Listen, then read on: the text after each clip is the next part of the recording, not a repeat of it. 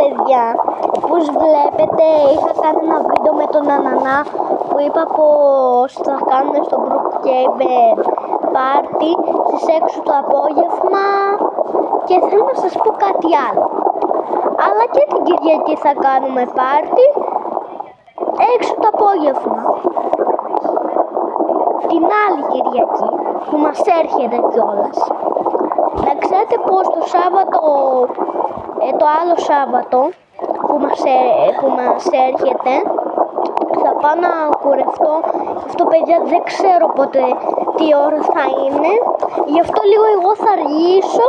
Μπείτε εσείς πρώτα στο Brookhaven και περιμένετε με να μπω κι εγώ. Αυτά ήθελα να σας πω. Οκ, συνεχίζουμε σε κάτι άλλο. Όπως βλέπετε στο σχολείο έχω κάνει ένα πράγμα πως η Θεοδοσία μου έχει κάνει κάτι. Δεν με θέλει άλλο. Δεν θέλει να είμαστε ζευγαράκι. Να είμαστε στο σχολείο ζευγαράκι. Γι' αυτό παιδιά, κάντε ένα like και ένα subscribe. Okay. Κάτι άλλο θα σας πω τώρα. Επειδή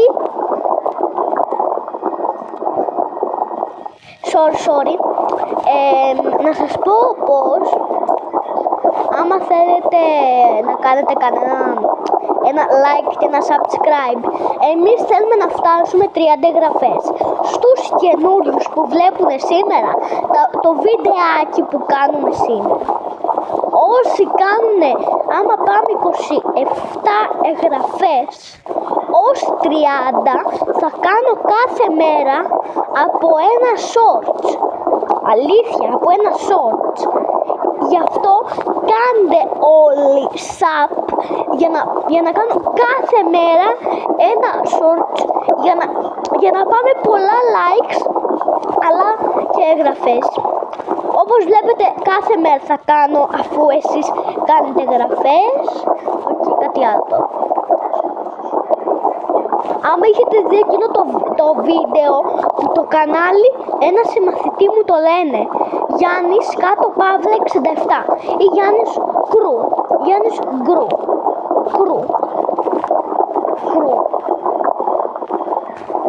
Όποιος θέλει να το βρει θα σας το γράψω που τελειώνει τώρα το βίντεο σε 5 λεπτά και αυτά.